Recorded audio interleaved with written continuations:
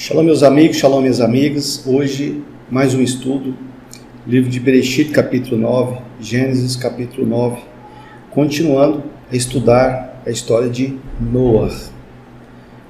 Por que quando Noah ele sai da arca, a ele é dado alguns comandos que já tinham sido dados antes para Adão, quando Adão ele é feito lá no Jardim do Éden e quando ele é retirado do Jardim do Éden. Nós observamos o Criador, ele tirando pessoas de um lugar, colocando em outros, mudando a pessoa de ambiente, criando situações para que a pessoa mude. E nós acreditamos que essas mudanças, que essas transformações, elas são transformações não apenas de mudança de espaço e tempo, mas transformações de mudança de espírito, de consciência, de alma. E são coisas que fazem o homem se elevar, e de forma muito visível essa elevação ela aperfeiçoa o ser humano. Então nós vemos Adão sendo feito do pó da terra, depois sendo colocado, transportado para o Jardim do Éden, e depois Adão ele é retirado do Jardim do Éden e ele é colocado no mundo. Aí o mundo que Adão vive ele é totalmente modificado por conta do pecado dos homens, até na época de Noah. Aí esse mundo é destruído e Noah é levado a um outro ambiente. Aí depois nós vemos Abraão, ele mudando, ele saindo da sua terra, da sua parentela, indo para outro local. Depois nós vemos de novo Jacó e sua família entrando no Egito, indo para outro ambiente. Aí depois, através de Moshe, os israelitas, o povo de Israel, eles são retirados daquele ambiente, ou seja, do Egito, e são transportados para o deserto. Depois lá no deserto eles são transportados e são levados até a Terra Prometida. E depois da Terra Prometida, eles são retirados desse ambiente e vão para o exílio, para Galute, para a diáspora, para outro ambiente. Então, por muitas vezes, essa mudança de ambiente, ela é repetida nas histórias na Torá. E não é por acaso, não é à toa, existe uma profundidade em cima disso. Mas como o nosso estudo ainda é no sentido psicológico, a gente quer entender um pouco mais a situação de Noah e alguns fatos que aconteceram a ele no livro de Bereshit, capítulo 9.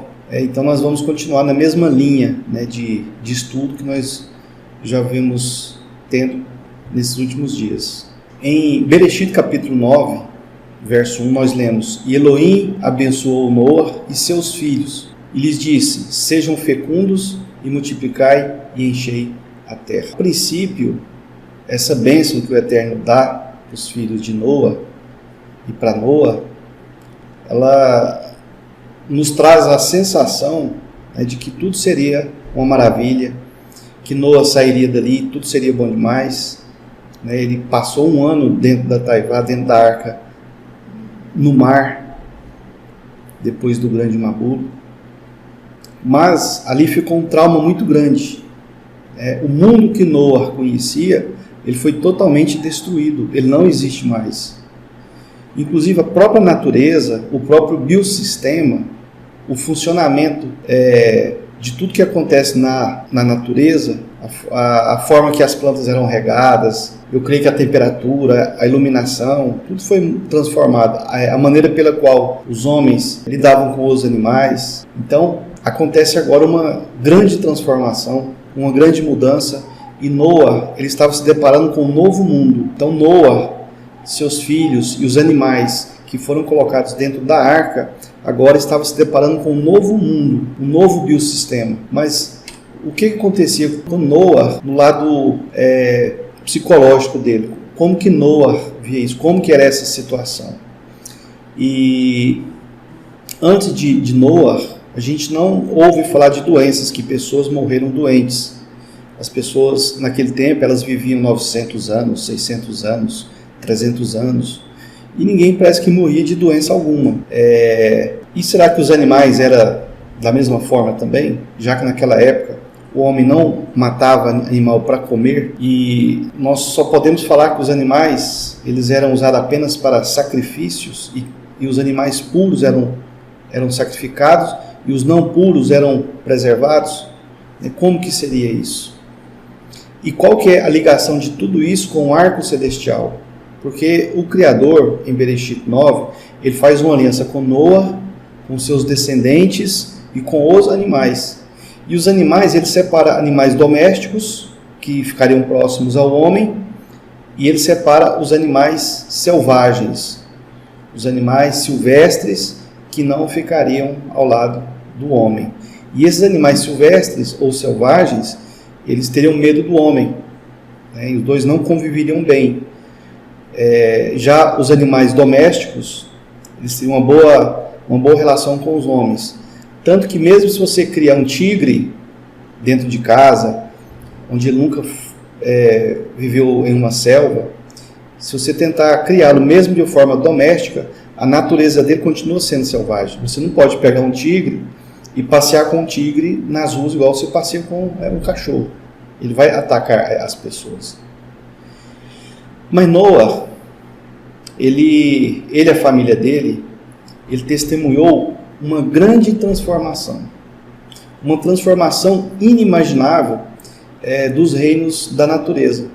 E nada do que Noa conhecia era no mundo novo que Noa estava entrando agora. Então Noa tinha muitas dúvidas. E o Eterno, o Criador, ele chega com algumas bênçãos, com alguns comandos para ele ser fecundo e ele se multiplicar e ele encher toda a terra. Mas quando Noa ele entrou na arca, o mundo que existia era um mundo muito diferente. E agora, como povoar esse mundo, sendo que o outro mundo ele havia sido povoado? Então, quando ele entrou na arca, existia um mundo. E ao sair da arca, ele se depara com um outro mundo, um mundo novo, e um novo ecossistema. E Elohim então começa a respondê-lo após ele fazer o primeiro sacrifício. É o primeiro contato, a primeira conexão que Noa tem com o Criador é a partir desse sacrifício. Isso então traz a ideia de que a relação do mundo físico com o mundo espiritual também tinha entrado em um novo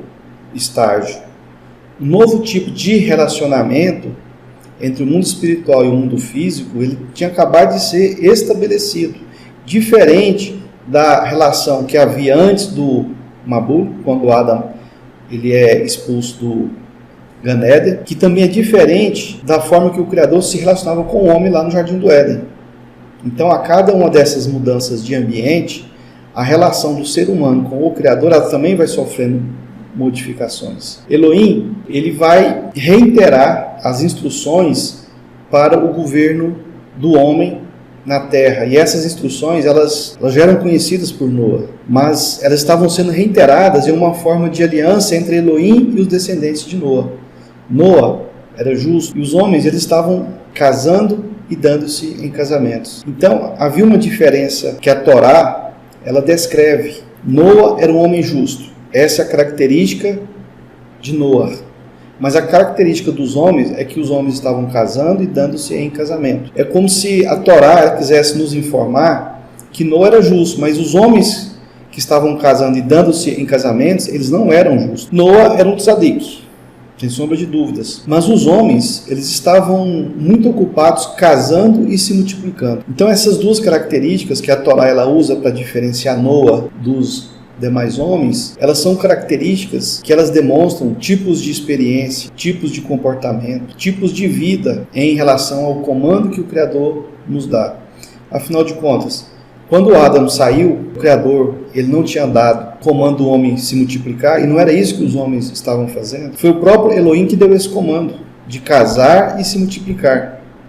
E Noa, no meio disso tudo, Noa foi chamado de justo. E ele foi escolhido para ser um novo Adão, enquanto os homens que casavam e davam-se em casamento, eles foram rejeitados. Até para Noa, ouvir falar de uma inundação era algo impensável. Noa, o justo, quando ele ouviu falar disso, ele achava isso impensável.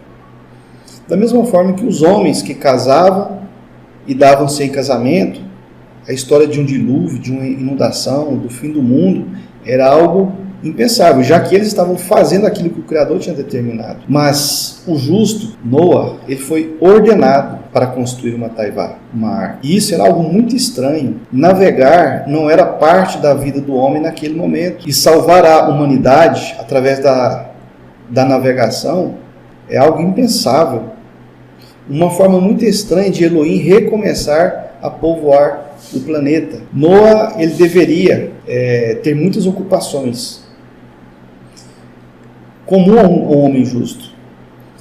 E ordenar ele a cortar madeira e encaixar madeira, e depois passar betume em uma caixa que salvaria o mundo, e Noa aceitar isso, era uma prova necessária do título de Noa, que ele era um homem justo. Era um homem com corpo físico perfeito. Então Noa, esse homem, ele se torna um carpinteiro, um construtor. E Noa passa 120 anos destruindo árvores e construindo a arca. E talvez essa seja uma lição que Elohim pretende nos ensinar.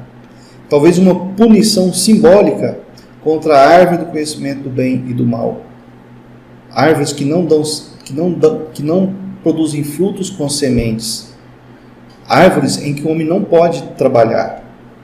Mas agora a gente vê Noa derrubando árvores, destruindo árvores, usando a madeira para reconstruir, para construir a taivá, para construir a arca. Mas a construção da taivá, ela era algo que surpreendia. E quem via aquilo, quem observava aquilo, o árduo trabalho de Noa, achava um absurdo. Mas qual era o objetivo da arca? Qual era o objetivo do trabalho de Noa? Era salvar o mundo através da navegação, através de uma inundação.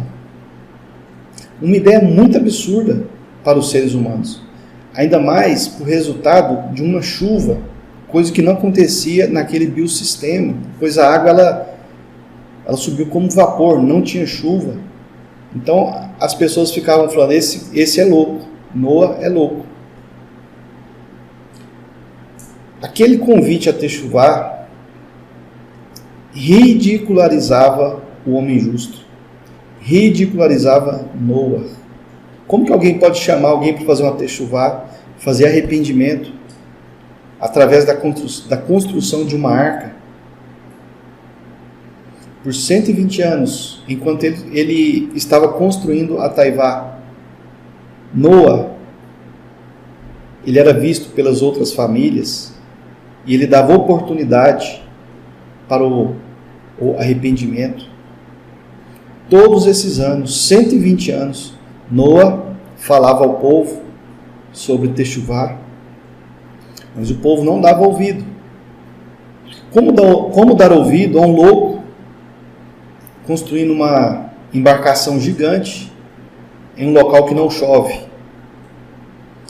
Essa dificuldade nos mostra os dois lados da alma humana.